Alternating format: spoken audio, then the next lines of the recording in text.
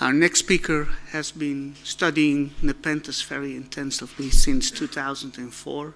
We mainly know him, of course, well, the first thing he really popped into my mind anyways was with the description of Bocorensis, the Nepenthes Bocorensis, and the pictures he showed about it, and also the habitat destruction he showed a couple of months later. He's here to talk about the Nepenthes of Indochina.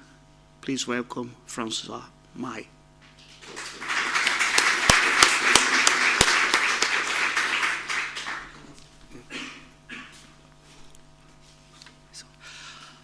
Good afternoon, everyone. Can you hear me? Yes. Yeah, very well? Okay. So thanks for attending to this lecture. So like Marcel said, I got interested in carnivorous plants about 6 years ago. I was tried to grow them, and I started with a Venus flytrap like most of us. And quite quickly I got interested in the genus Nepenthes, and I wanted to travel.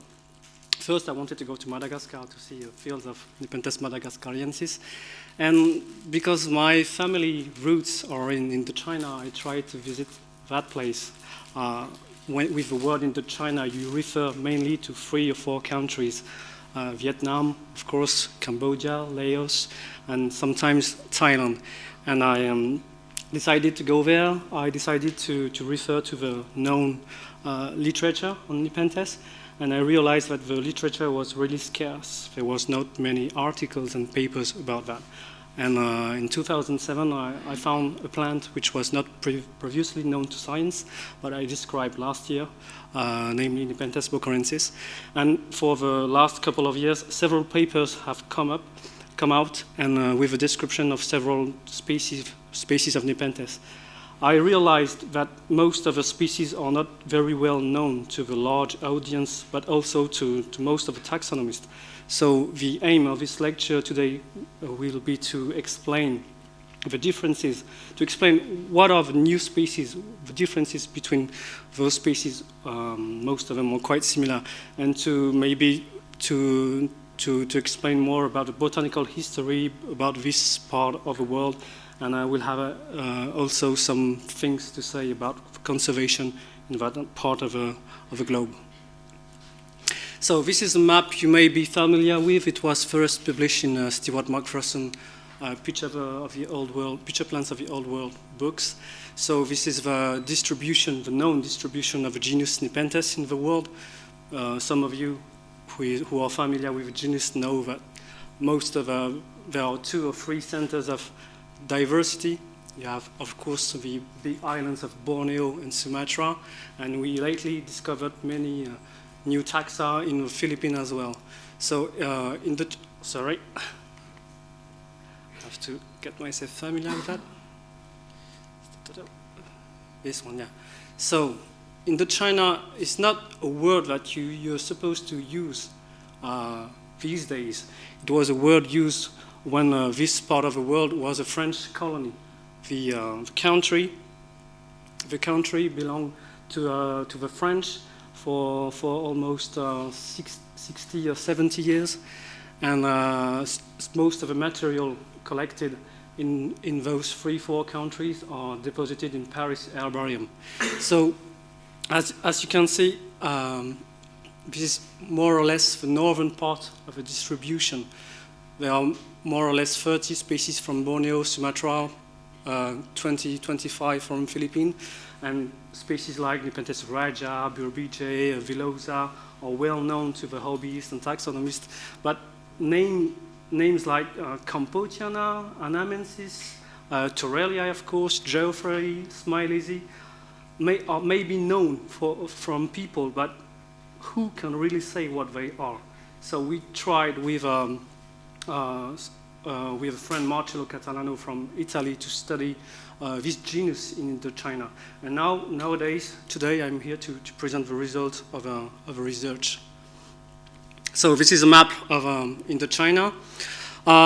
These last 3-4 years, I spent a lot of time in the field in Cambodia and in Vietnam. I was born in Vietnam more than 30 years ago, and my parents moved in France, but I was born just here in the border.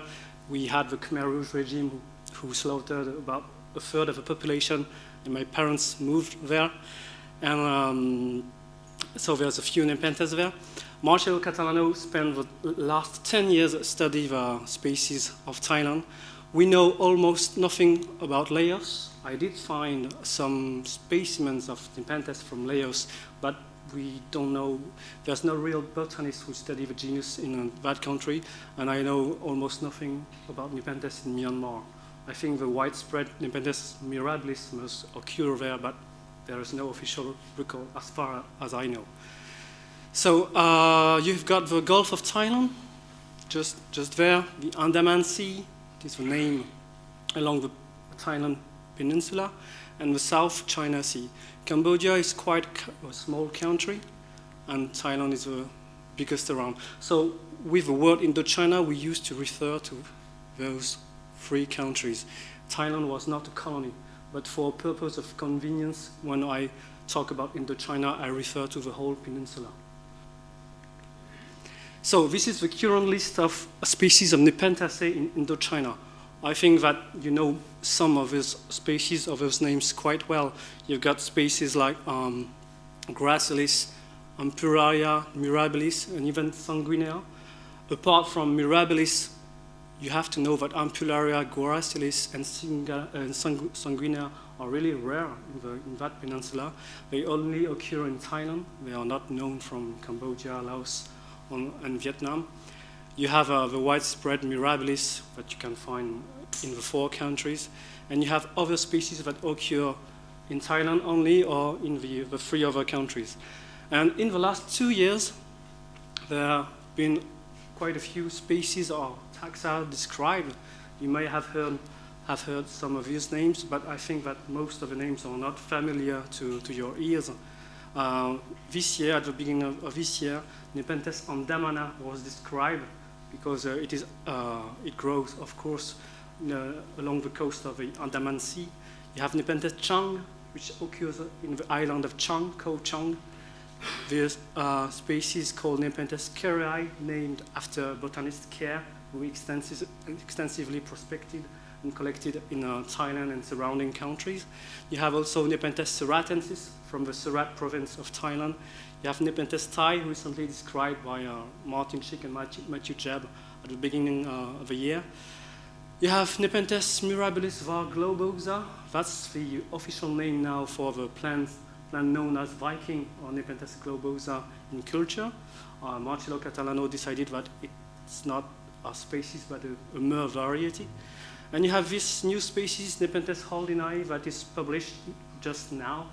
Maybe this afternoon, Stuart McPherson will bring his new books. And at the end of the second volume, there are 4 new species of Nepenthes described, one of them being a Nepenthes holdeni. It is a new species from the cardamom mountains of Cambodia. So we'll mainly focus my lecture on the barely known species. I won't explain something about Ampularia, Gracilis, and Mirabilis just a bit. So I hope that at the end of the lecture you will understand more of the differences between the species. If you have a question throughout the lecture, you can interrupt me. So this is the first species that I want to introduce you to. Nepenthes Thai, it was called for the country Thailand, of course. The name was in apposition, that's why they didn't call it Thaiana, for instance.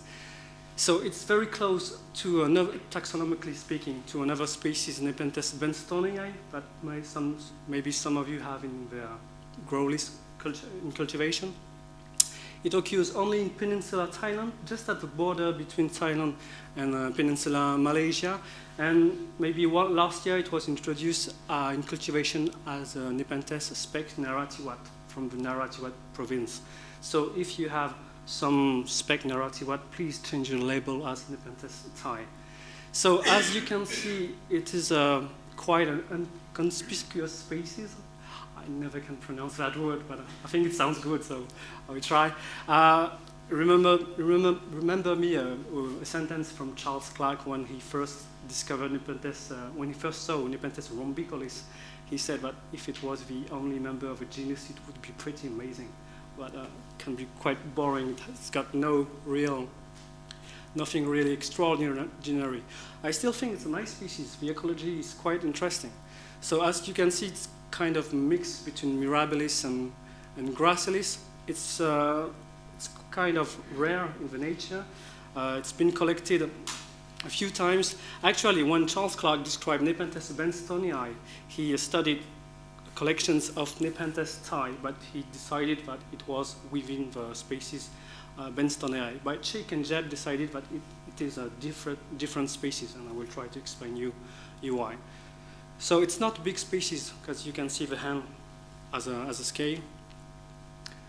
So this is the lower pictures. The ecology is the species occur at intermediate levels between.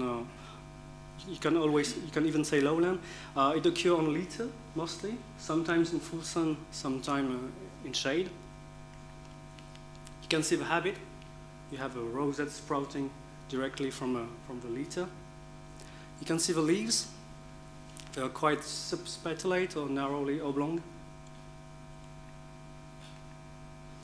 This is the rosette, which are quite interesting to my opinion. The first time I saw those rosette, I thought it was some kind of big Nepenthes purvillei rosettes, but of course they are not at all closely related. So you see the shape of the leaves is quite special. The species proved to be quite easy in cultivation. For now, I've got some specimens at home which are maybe 10 or 15 centimeters large, and right now I grow them in my garden in full sun among my Sarracenia. And of course in October, as I live in northern France, I will bring them back in the house. So for each species, I have wrote a sum up of the differences, but it's kind of boring because it's taxonomical detail. But as I wanted you to know the differences between species, I wanted to write most of the thing. This cannot replace exhaustive description. You have to find the papers. They're widely available through the net, or you can just ask me, I can send them to you. But Chick and Jeb, Martin Chick and Matthew Jeb, decided that these species differ from Nepenthes benstonii, which is not a widespread species in cultivation, by the way. Sorry, this one. Because there are difference in the hairs, the indumentum. Nepenthes stem is glabrous, there is no hair, and Nepenthes benstonii is hairy. In bold, you have the peduncle length, which are shorter in Nepenthes thai. Androphore part of the flower is also shorter. The flower color is different, rather brown in Nepenthes thai and green in Nepenthes benstonii. And you have a stem, which is black tinge in Nepenthes thai and yellow in benstonii. The leaf blades maybe is a more interesting feature to distinguish the two species. Can be shorter and narrower in Nepenthes thai, and the bases sheath the stem more completely. And the apex of the blades are usually peltate, so for us grower it's more easy to make the difference. And there is also the number of longitudinal nerves which differs, and the lower pitches are different in size. Nepenthes thai pitches, lower pitches are being smaller. But if you want my opinion, it's not easy to make a difference between the two species in the field. If you have some of those differences in your mind, you can do it, or maybe you can use this one. This is quite useful. To my mind, they are as closely related as Nepenthes hirsuta and Nepenthes hispida. It's not easy. You cannot spot the differences immediately. For the untrained eyes, it's quite difficult. I talked with Charles Clark last February. We went on a field trip together in Vietnam, and he doesn't agree with that. He thinks that it should be within Nepenthes benstonii, but that's just informal talk. So I don't have a special opinion about this one. I would like to check both wild populations, but I never saw benstonii in the wild, and neither did I check Nepenthes thai, but I'm just here to report the new descriptions. So the next one is quite famous. It's a species which has been introduced in cultivation as Nepenthes viking or Nepenthes globosa. It has been described this year as Nepenthes mirabilis var globosa. We already have Nepenthes mirabilis var echinostoma, the one with a large peristome. It's known from two locations in Thailand, from the mainland city of Trong and from the island of Panga in the south part of country.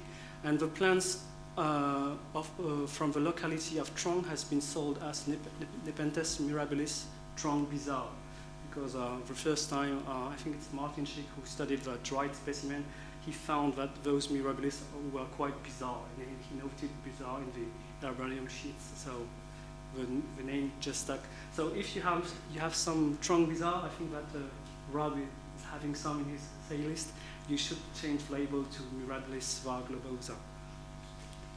So for each species, I made a map so you can have a clear idea of the distribution. So this is the two spots for Nepenthes globosa var globosa. This is an island, the island of Ponga, and this is a city of Trang. So you see it is really in the southern part of the country. This plant has been introduced in cultivation for 5 or 6 years now, and we've been waiting for the description for a long time. When you just look at the plants in culture, you think that they are not very variable. You have the impression, feeling that they're all very globose, hence the name, and really reddish in pink. You have to bear in mind that the poacher, let's call them that way, who went in Ponga, they just chose the more roundish specimens, the most beautiful to their eyes. But when Marcello Catalano went to Ponga and Trang, he realized that all globosa were not as round as the ones that you can see in cultivation. There's a bit of variation, as you can see in the following pictures. Those are not representative of both populations. This is a plant. Oh, sorry. If you can't hear me, just say it, please. Sorry. Do I have to tell everything again? Oh, that's okay. Okay. I know you're all sleeping, but just pretend you're interested, please. Thanks. So this is a plant from the trunk location, and this is a plant from the Ponga location. This population has been collected and introduced in culture, but as you will see, plants from both populations show a bit of variation. This is other plants from trunk. You can see it can be yellowish, greenish with a red peristome. There is something with the Chinese Nepenthes is that most of Nepenthes growers and also the others tend to think that in the Chinese species all develop red peaches. That is not true. It's just the fact that poachers collected red plants. You have green plants, greenish plant, yellowish plants, sometimes even whitish. But it's true that the reddish or lower peaches are quite common. You have other plants from Trang. You can see that the wings in the lower pictures were quite developed. You can see in the same location you have differences between plants. So this one is mainly yellowish. This is other plants from Trang also. The plants grow in full sun, some kind of savanna with grasses or sometimes very small shrubs, and it gets sun almost all day long. And the area where the habitat where the plants grow is seasonally inundated. In Asia, maybe you don't know it, but you have mainly 2 seasons: a dry season, which occurs between, if my memory serves me right, between January and June, and you have a wet season between June and the rest of the year. So some of the habitat are flooded, completely flooded. Yeah. And some of the species have developed some features to survive to the drought. So you have other plants. The plants on the left is also a Trang plant. Plants on the right also. The reddish plants have been grown under the care of Marcello Catalano. They are grown under sodium lamp, so they are not in terrarium. They grow in 40 or 50% humidity only. If you want to try that at home, please don't do that directly. You have to get the plants used to that treatment. Maybe you put that in a bag, then you open the bag slowly after a week, and then after 2 or 3 weeks, you can have a plant completely outside. And I can assure you that some of the growers like Marcello have beautiful plants. and he doesn't need to grow them in a tank like you can see in the picture. You have another plant from Trang, that mainland population. So this one, I think, looks a lot like the Mirabilis globosa that you can see in culture. And you have an upper picture. So this is quite infundibular obovate. The shape is quite characteristic. This is two plants, two upper pictures from the two populations so that you can compare. They are really similar with a really developed wings here and here. The pictures can get quite big. And I made this composition with two Mirabilis. On the left, you have Mirabilis var globosa. I don't know if you can really spot at what I surrounded in the circle. And on the right, you have Mirabilis var mirabilis. And as far as I know, if I rely on Marcello's description and his studies and his extended field research, there is no difference between the leaves and the flowers of the two variety. The differences really dwell on the picture. That's why he chose the variety status. I asked him, why don't you make it spaces? And he felt and he's convinced that now, because of a state of taxonomy in Nepenthes is not really clear, we don't have subspecies and only have some variety, but it would be more fitting to keep it as a variety. So there's no real difference. You can see that there are some wavy margins in the Mirabilis var globosa, but you have some Mirabilis var globosa without the wavy margins, and you have a var mirabilis with wavy margins as well.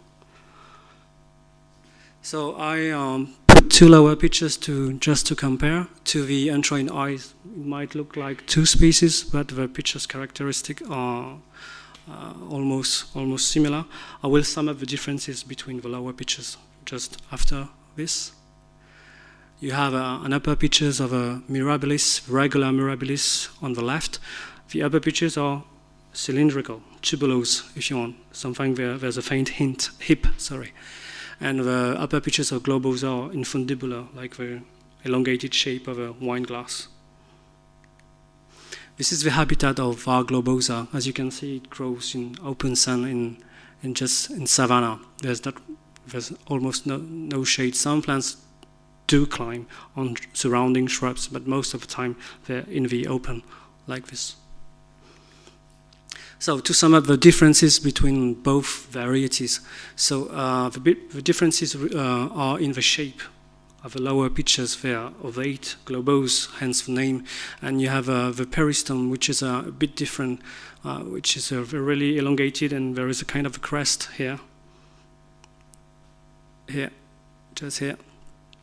And you have some differences that you can't find in globosa and that you can almost never find in Mirabilis var mirabilis. As you can see here, you have curling wings in the lower picture. This is not really apparent on this one, but the wings most of the time are curling. In this, almost never appear in var mirabilis. I saw a lot of mirabilis in Cambodia and Vietnam. I myself never saw curling wings in the lower pictures of var mirabilis. The tendrils and base of lower pictures are red, even when pictures are still developing. And you have some green globosa, maybe you have some in your collection, and even the green globosa have red tendril and have a base of the pictures which are red as well. The picture hip are absent or located in the upper half for both types of pictures, and it's completely different with variety mirabilis, and you have a difference of the shape of the upper pictures. The glands distribution can be slightly different too. Glands under the lid are nearly absent along the midline, and they're usually present in var mirabilis. But this is really detailed, taxonomical detail. If you want, as a mere grower, distinguish the two varieties, you just have to get a look at the pictures. But I'm sure that if I cut the pictures of a Mirabilis var globosa and the pictures of Mirabilis var mirabilis, and I introduce you to both plants, you will have a hell of difficulty to say which one is what. I think you couldn't. So I will introduce you now to the next species. this morning, Alan Laurie introduced us to a fascinating group of complex for Drosera, and we just, with the co-authors of the last paper, define an aggregate, which is a word botanists use for a group of closely related species.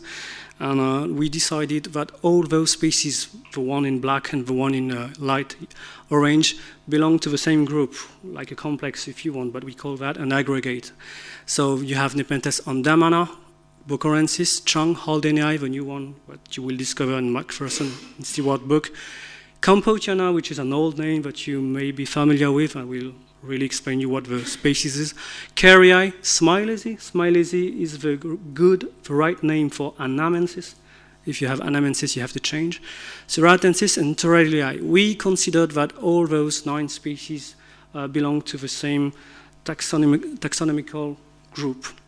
So what are the links, the common features of these species? You can see in black what I considered as common points between the different species. Most of the time they produce reddish flower pictures, but as I told you, that's not completely true, but most of the time. They all share a long racemose inflorescence. For those in the audience not very familiar with that word, it means that the flower, the inflorescence, is long, just like a thin tube. You have no flowers as a panicle. You know, so all those places have a really long inflorescence. You don't have a short spike like for some species.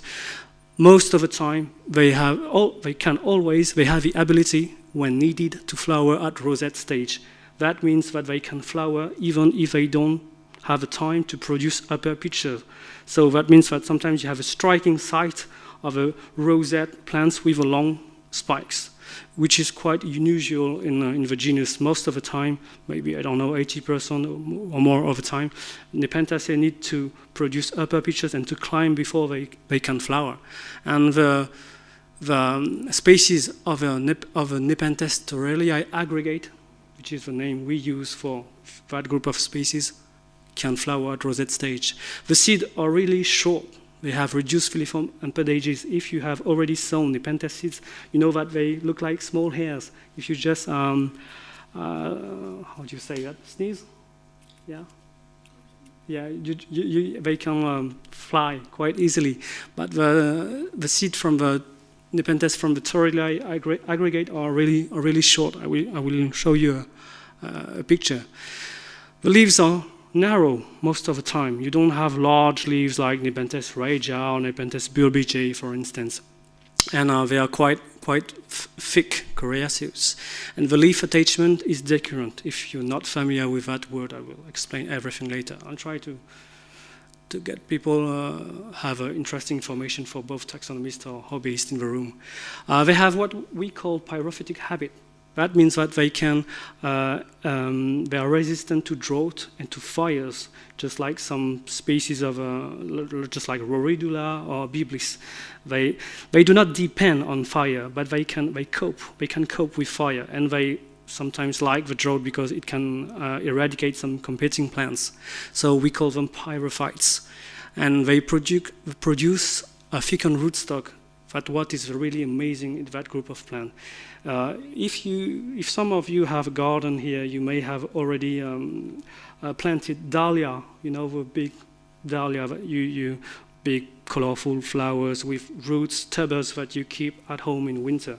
Those Nepenthes species have the same kind of roots that I will show you later. In the wet season, they look like normal Nepenthes, and in the dry season, most of them look like dead. All you can see is dead leaves. And when the first downpours occur, they grow back, just like they regenerate, just like a bit like some tuberous Drosera. And most of the time, so they produce slower pitches. So this is a typical racemose inflorescence. This is Nepenthes smilesy. This is really typical. See, it's very long. You have small flowers. Almost all the flowers of the aggregate of a group are one flower. You have one flower.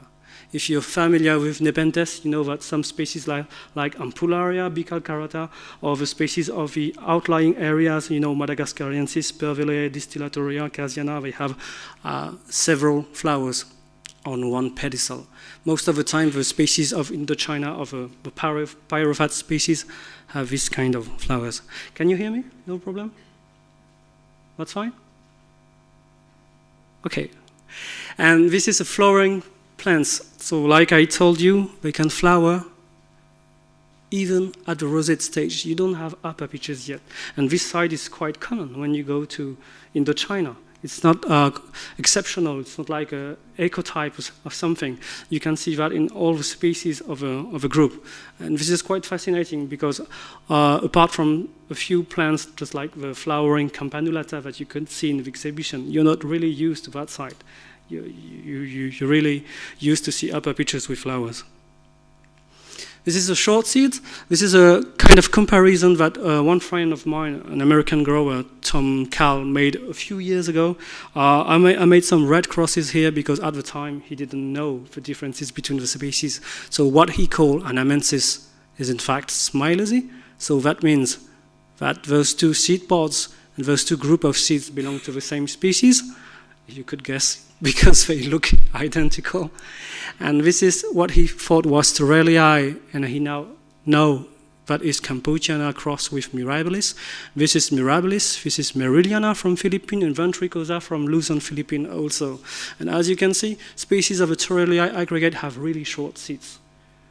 If you give me, apart from maybe from a few exceptions, seeds from the Torellii aggregate, I can more or less guess that it's from that part of the world.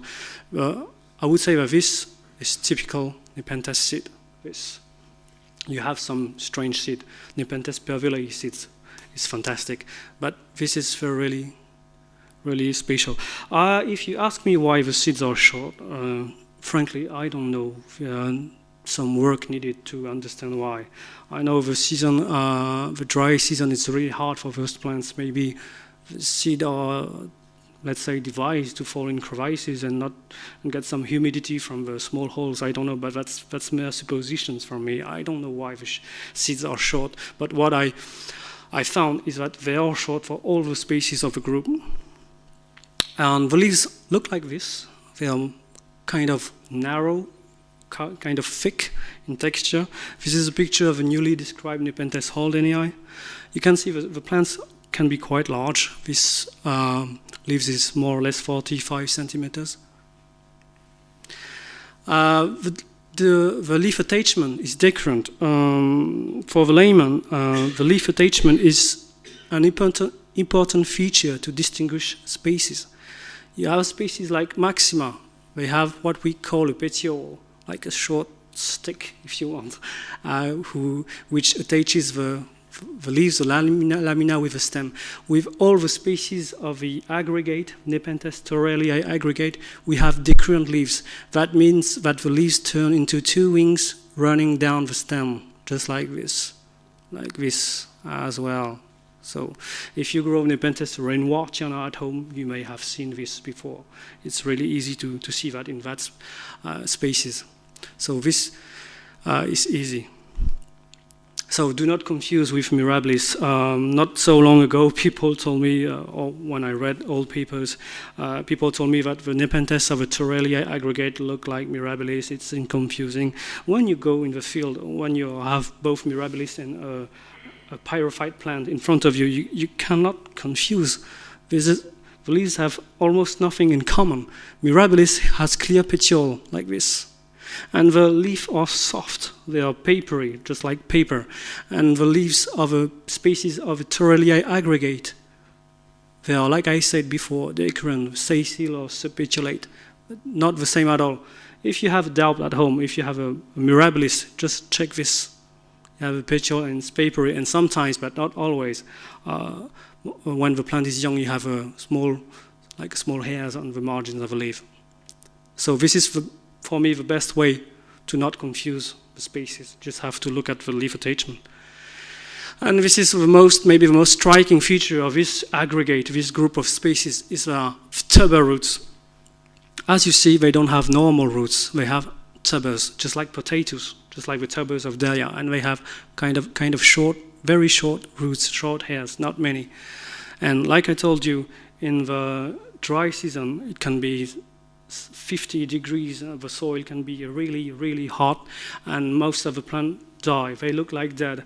30 years ago, when the first US growers get their hands on some Indochina plants, they thought the plants were dead, and almost all the growers just put their plants in the bin, in the trash. They thought the plants were dead. And now we know that if you don't water your plants for a long time in cultivation, the plants look like that. But if you water it again, just come back, but don't throw it away. But what I saw that is in cultivation, you don't need to dry the soil. If you keep the soil dry for all year long, the plant continue to dry. It doesn't seem like it's the dormancy is necessary, just like an adaptation to the environment. That's all. I have people who grow species from this aggregate, from this group for years and years and years now without any dormancy, and the plants are fine. It's not like they're going to die or short-lived or something. So Tom Cal, my American friends, sent me some pictures of tuber roots of Nepenthes cambogiana. I will explain you later what this species is. And so as you can see, it's just like a pack of tubers. And what Tom usually does when he wants to divide species is that he doesn't take cuttings or divide plants. He just divide roots without any stem here. And he just take a bunch of roots. I'm just smiling a bit because I think he's just like he's slaughtering the plants, and he just put a part of the roots in pot with wet substrate, and after a while, I don't know, maybe after a month, a few weeks, you have sprouts, new growth emerging from the rootstock, and you have quite soon new plants. So that's quite interesting for horticulture, I think. Yeah. And those plants are really, because of a habitat, they are very, really tolerant for low humidity. I don't have pictures here, I just forgot them at home. It's a shame, but I grow most of the species of the aggregate outside in summer. When I have to get some pelargonium for my garden, I used to get all my Torellia aggregate species outside in the garden, and I bring them back in October. I did that for 2 years, 3 years now, and they're doing just fine. I don't know if some people in the audience have some Bocorensis, but I have a Bocorensis which is 60 centimeters high and 50 centimeters large now, and I do not use Osmocote. I have nothing against it. Just to say that outside with a large pot, full sun with Sarracenia, just thrives completely. And Tom is growing his Cambogiana also outside, and sometimes he told me that the humidity can get quite low. So it's quite interesting, I think. And the problem with, it's maybe an advantage, but it's a problem too. As you know, many of the plants in cultivation have been labeled as Cambogiana, Anamensis, Torellia with the wrong ID. And the problem is that those plants are quite easy in cultivation. They have been heavily used for hybridation. So the quality of the plant has become kind of a flaw, because now the wrong plant with the wrong ID are really spread in cultivation. Anyway, they make good parents for hybrids or good house plants because they can cope with low humidity. So most of the time, the lower pitches are reddish, and if you're not trying, you might find them similar, but without being insulting, because I love almost all genus of carnivorous plants. When you're not trained, you cannot really find differences in other groups of plants. Let's say yellow Utricularia or rosette rosera. I don't know, but like reddish lower pitches. Maybe if you just watch details, you can say that. This one has a huge lid. This one has a huge mouth. This one is like smaller. So anyway, I'll explain you every difference. When the plants are dried, you can also clearly spot the differences between the species. You have 3 species there. You have Bocorensis. You can easily recognize the shape of a lid. There are many differences, but I just tell you the most obvious. So the lid is apple-shaped or orbicular with a cordate base, if you want. And Smilesi is most of the time tubulose, cylindrical with a faint hint most of the time, and the newly described Holdinea is infundibular. Yeah. And we have another big differences with the other species of the aggregate is that it's two-flowered in both male and female inflorescences. So this is the first species that Marcello described. He described 4 species in the book he published at the beginning of the year, Nepenthes of Thailand. He published it in Italian, but the descriptions are in English. So he named it after the Andaman Sea, and this species is endemic to the regions of the Panga provinces. It's the same region where we could find Nepenthes globosa, Mirabilis var globosa. So this is what I call a typical Torrelia aggregate species. It's got nothing particular. It's most of the time like ovate here, cylindrical up there. It's got whitish, yellowish upper pitches. So it grows here. Here in the town of Taquapa, it's the same province that Nepenthes Viking Mirabilis var globosa. And so far, Marcello only found that species there. So it's an endemic. It's a lowland species. You can see the species, the lower pitches can be quite different. If you compare that with the red one with the previous pitches, it can be quite different. Sometimes the upper pitches can be striped in the peristome. This is what the plants look like in the wild. It grows in savanna, just like var globosa as well. And you can see standing upper pitches a bit like Nepenthes madagascariensis. And they all, most of the time, they're yellowish, like this. This is a kind of close-up. You see, this is a typical. This is typical leaves of Indochinese plants. Most of the time, they look the same if you don't closely examine them. So Nepenthes andamana has always tubular, yellowish, whitish upper pitches like this. This is a rosette. It grows in sand. At home, you can grow the species of this aggregate in pure sand if you want. That's how they grow in the wild, most of them. But from my experience, growing them in pure sand is quite difficult in cultivation because once the sand is completely dried, it's quite hard to water it again. So I tend to mix it with something else, some other compounds.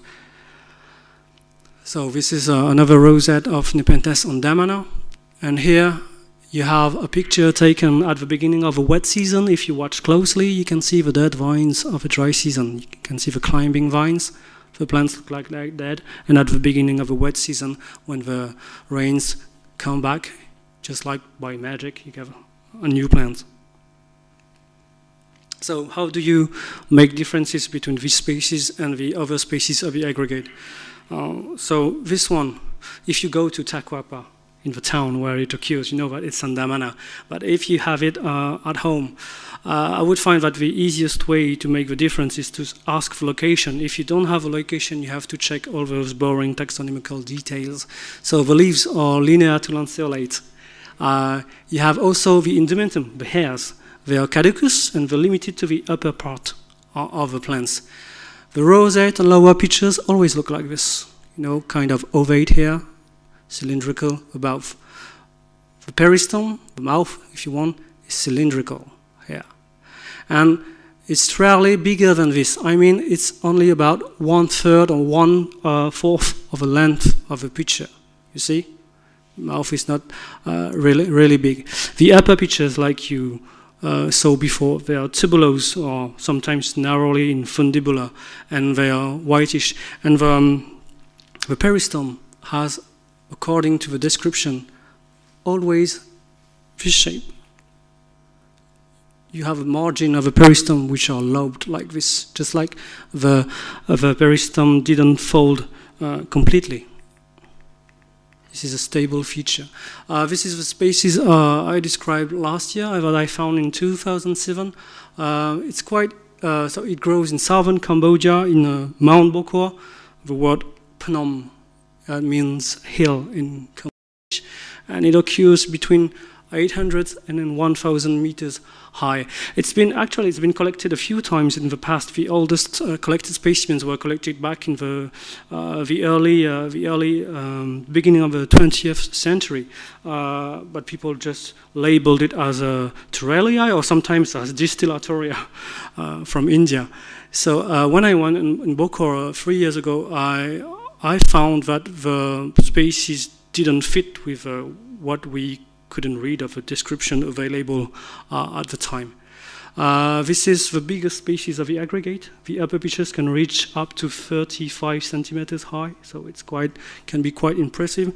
As far as I know, it's endemic to this place. Phnom Bokor is a huge plateau, just like a big tapestry. In fact, it's 70 kilometers long, and when you go up there, you have a great view on the Gulf of Thailand. It's kind of a touristy place, actually. When I searched through the internet, I found some species of pitcher plants from southern Cambodia, and they were bokorensis, but people didn't know what it was. And I suspect that it might grow somewhere in the mountain range here, but there's no official record, and I found no herbarium material of this species. So now it's supposed to be endemic from this mountain. So I called it after the mountain, of course. So this is some of the rosette pitchers and the rosette plants. The habitat is quite different. The elevation is much higher. It's almost a highland plant. It can grow sometimes between rocks in full sun, sometimes in partial shade of surrounding shrub and trees. What is really typical for the species is this vaulted peristom. If you have in mind Nepenthes raja, you know that the peristom is vaulted like this. Of course, it's not as impressive in Nepenthes bokorensis, but it's like this. One of my friends just told me that it's like a wok, for Asian cooking, and it's quite characteristic of a species. And here you have an ice plant with lower and upper pitchers. You can see that the dimorphism in the species is really pronounced. No wonder that 1 century ago they thought that Nepenthes were several species. So you can see the huge lead here and the yellowish upper pitchers. See another couple of upper pitchers. The peristom is often striped like this. This is quite an impressive sight. These upper pitchers were more or less 30 centimeters long. This is other upper pitchers. You can see a bit of variation, and almost all the time the peristom is large, striped, and you have a vaulted leaf like this. That's a good feature if you want to recognize the species. And sometimes, from time to time, you can find a specimen like this one, which I find quite interesting, because it's almost like the back of the pitchers is a bit vaulted. When the pitchers is not really open, it look a bit like Aristolochoides, but not as spectacular, of course. So this is two plants grown in different conditions. The first one on the left was found in full sun, completely full sun, and the other one in partial shade. As you can see, the leaves grew larger, but the upper pitchers are still colorful. See here, yeah. This is a typical habitat of bokorensis, so you see it's quite different of the savanna of Nepenthes andamana or Nepenthes globosa, var globosa, of course. Most of the time during the day you have a lot of mist all around. The humidity is quite high in the wet season, of course. You have sphagnum. You have many carnivorous plant species. I found up there Utricularia uliginosa, bifida, odorata, minutissima. I also found nice population of Drosera peltata, which is no wonder because Nepenthes Torellia, Nepenthes bokorensis is a pyrophyte too. It's got rootstock too. This looks like a wet habitat, but it is seasonally dry. Completely dry, I think, for two months because of a high elevation. One of Stuart McPherson's friends went in March on Phnom Bokor, and he sent me some pictures of plants, and they were half dead, and they just come back from the dead in the wet season. But most of the time it's quite humid, and you have a lot of mist all around. So how to recognize it from the all the other species of the group, of the aggregate. I think the easiest feature is the shape of the leaf. It's got leaf larger than the other species of the aggregate. And the attachment is only slightly different. As I told you before, most of the time the attachment looks like two wings running down the stem, and for Bocorensis it's just slightly different. Like I told you before also, the lower picture and upper pictures are vaulted, and the peristome is often striped. Sometimes, I would say 40–50% of the time, you have two flowered on the flowers, but not all the time. I examined maybe 300 specimens. I went on Bocor 4 times, and you cannot find always plants with two flowers. The pitchers are more robust. Like I told you, it can be up to 35 centimeters for the upper pitchers. And so about the ecology, it's more or less an intermediate plant. In cultivation, I've heard that some growers manage to grow it as a pure lowland plant, while others grow it as highland with quite a success. I find that my own plants grow very well at the moment now outside, because during the day it's quite warm, and in the night you have a drop in the temperature, so they're really thriving right now. So this is Nepenthes chung, described by Catalano. It's endemic too. It's from the Bantat Mountains. It's not far from the Cambodian border. It occurs between 300 and 600 meters above sea level. As you see, the upper pitchers are quite, I would say, usual for that group of species, tubulose, yellowish, and the lower pitchers are most of the time yellowish and pink. I think that Marcello didn't find any real red pitchers. So it occurs in 2 places: the island of Ko Chang. Ko means island in Thai. This is quite a touristy place. And the Khao Quap, this is quite a dangerous place. Marcello Catalano couldn't go there because it's heavily mined because of conflicts between Cambodian and Thai people. So Marcello couldn't check this location, but he the botanist Care went there and he collected some specimen a while ago. And Marcello finds that these plants are the same, and he's convinced it's a distinct species, and he called it Nepenthes chung. So it's very localized. It's not threatened in the wild, maybe in Ko Chang, but not here. You can't have access to this place. So most of the time, the lower pitchers look like this. They are pinkish, orange. You have the upper pitchers, which are green, yellowish, sometimes really slight red stripes. This is a typical habitat. It's completely different from most of the other species of the aggregate. Actually, the plants grow just like Nepenthes sumatrana and Nepenthes longifolia under trees in partial shade. As you can see here, it grows under bamboos. So it's not at all under full sun. Yeah? Okay, go, Harry. And another pictures here. So you can see the habitat. It grows on steep ridges. So if you want to see the differences,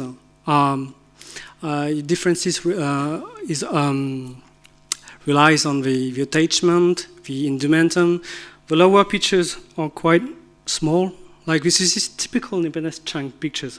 Marcello sent me loads of pictures of his species, and they look more or less always the same, like this.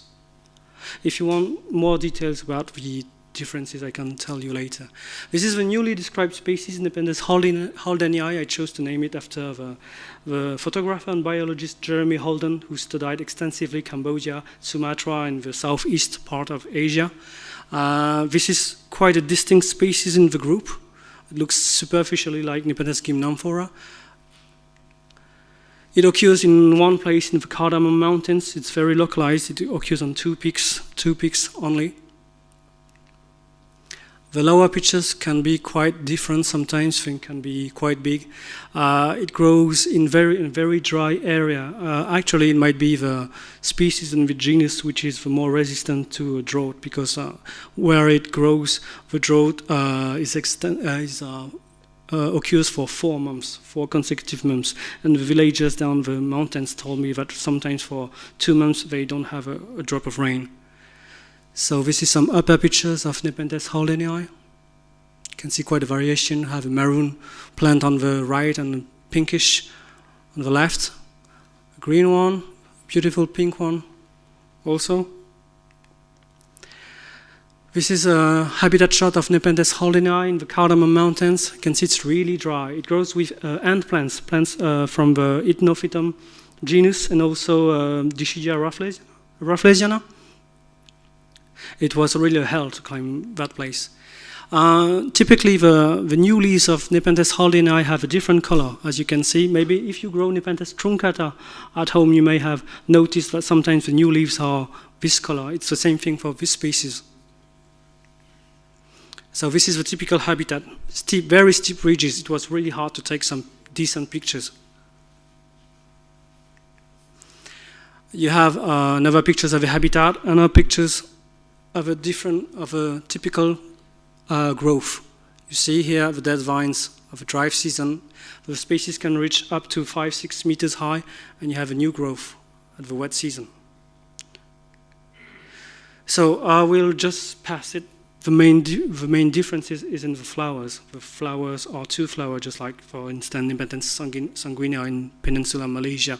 But you have lots of differences. The peristome is sinuate as well. And you have differences in the shape, in dimension right now. But it's quite easy to make the difference. This is Nepenthes campotiana, described by Leconte a while ago. The name is quite common in culture, but most of the time people don't know what it's like. It has been collected in the Campote province. Unfortunately, we don't know where it was collected in Campote, because Geoffrey, the guy, the botanist who collected, just wrote Campote. So it's also known from Trat province. It's pear-shaped, just like a small pear. It's quite easy to recognize it. It's completely glabrous. It means there is no hair on the plants, apart from the peaches and tendrils, which are usually hairy in the genus. So this is typical campotiana. The tendrils are really long. You have campotiana with upper pitches. So you see, by looking at the leaves, it's hard to tell the differences between most of the species. But if you look at the details, that's okay. It can climb up to 6-7 meters high. Have yellowish upper pitches. And so the main difference is in the shape of the leaves. Very long and completely glabrous. Look a bit like Nepenthes glabrata, although they are nothing in common. This is another species described by Marcello in Thailand, Nepenthes carrii. This is quite a particular species. The lower pitches are quite boring. They look like all the other species of the group. But the habitat is quite strange. We cannot see that very well. It grows in Adang. It's an island. And the habitat is very, very, very hot. It grows almost on rocks, and it's very windy. I found that the plant reacts differently in cultivation. I cannot grow that plant. It's too hard. Most of my seedlings die. Marcello said that it's the same thing for him. I think, if my memory serves me right, that Andreas Wistuba told me that this species react differently in tissue culture than the other species of the aggregate as well. So the upper pitches are yellowish, and most of the time the under the lid is reddish. And the easiest way to make the difference is in the shape of a leaf. Here you have the habitat. Here, it's what we call obovate. Sorry, obovate. It's like this, not narrow like the others. This is Nepenthes smilesi. I'll make it quick, Marcel. This is the species that was used to be called Nepenthes anamensis, after Annam, Vietnam. We realized that Nepenthes smilesi, described in 1895, and Nepenthes anamensis, described in 1908, were the same plants. So because of rules of priority, now we have to call it Nepenthes smilesi. That's a good name. It's been described before. It is really widespread. It is very adaptable species. It can grow at sea level. I found it in Cambodia in sea level, and you can find it in Dalat in Vietnam in 1,500 meters, so it's a highland plant. But most of the time we find it at 600 or 800 meters high. It's a real pyrophyte. Most of the time, the areas where it grows are burned. It's not very clear here, but you can find some trace of charcoal on the pictures. The area has been burned recently. Sometimes pictures the peristome are raised like this, but it's not a regular feature. Plants like this have been collected and have been introduced as Torelliae, as cultivation, because they were beautiful in red. And this is habitat of Smiles in Cambodia, and in Cambodia too, in 600 meters high. It grows with pine, in pine forest, just like in Thailand. So I just passed this thing. This is one of the two last species that I want to introduce you to, Nepenthes suratensis. The easiest way to recognize it is the shape, the triangular shape of the mouth and the size. Most of all the time, the mouth is 1/3 or 1/2 of a picture length. It occurs in a Suratani province here. You see the size of the mouth? I think it's quite clear. If you have a tiger, Nepenthes tiger or Torelliae from Surat province, it's Suratensis. And of course, you have some other taxonomical detail. But if you're really interested, I think you will find the description. If not, the size of the mouth will be enough. So you see all the pictures are not red, have some kind of difference too. The upper pictures don't have anything in special. Suratensis habitat here. And here, Marcello collected several lower pictures, so you can see that it's constant. The mouth is different plants, of course. The mouth is triangular, it's got big size in proportion of a lower picture. So this is the species, and I will end with this, which is the most known in culture, Nepenthes Torelliae. It's been a source of confusion for hobbyists, horticulturists, and taxonomists, of course, for all the 10th to 12th century. These pictures are quite boring. These are the types, the dried specimen. When you describe a plant, you must have now a type. They dwell in Paris. There are several types. They were collected 1,050 years ago. It has been collected here. And I have added a point here because it may grow there. It has been collected by Dr. Clovis Torel. It was a French medic. He went in Cochinchina, it was the old name for Vietnam, and he was a real fanatic of plants, and between 1862 and 1866 he extensively collected many plants as he could during his free time. Here you have an illustration of him collecting epiphytic orchids. I bet that some of you crazy guys have already been in trees. If you didn't, you don't know what real life is. And he wanted to write the flora of Vietnam, but he didn't have enough money. He wanted to do that with Dr. Pierre, you might know.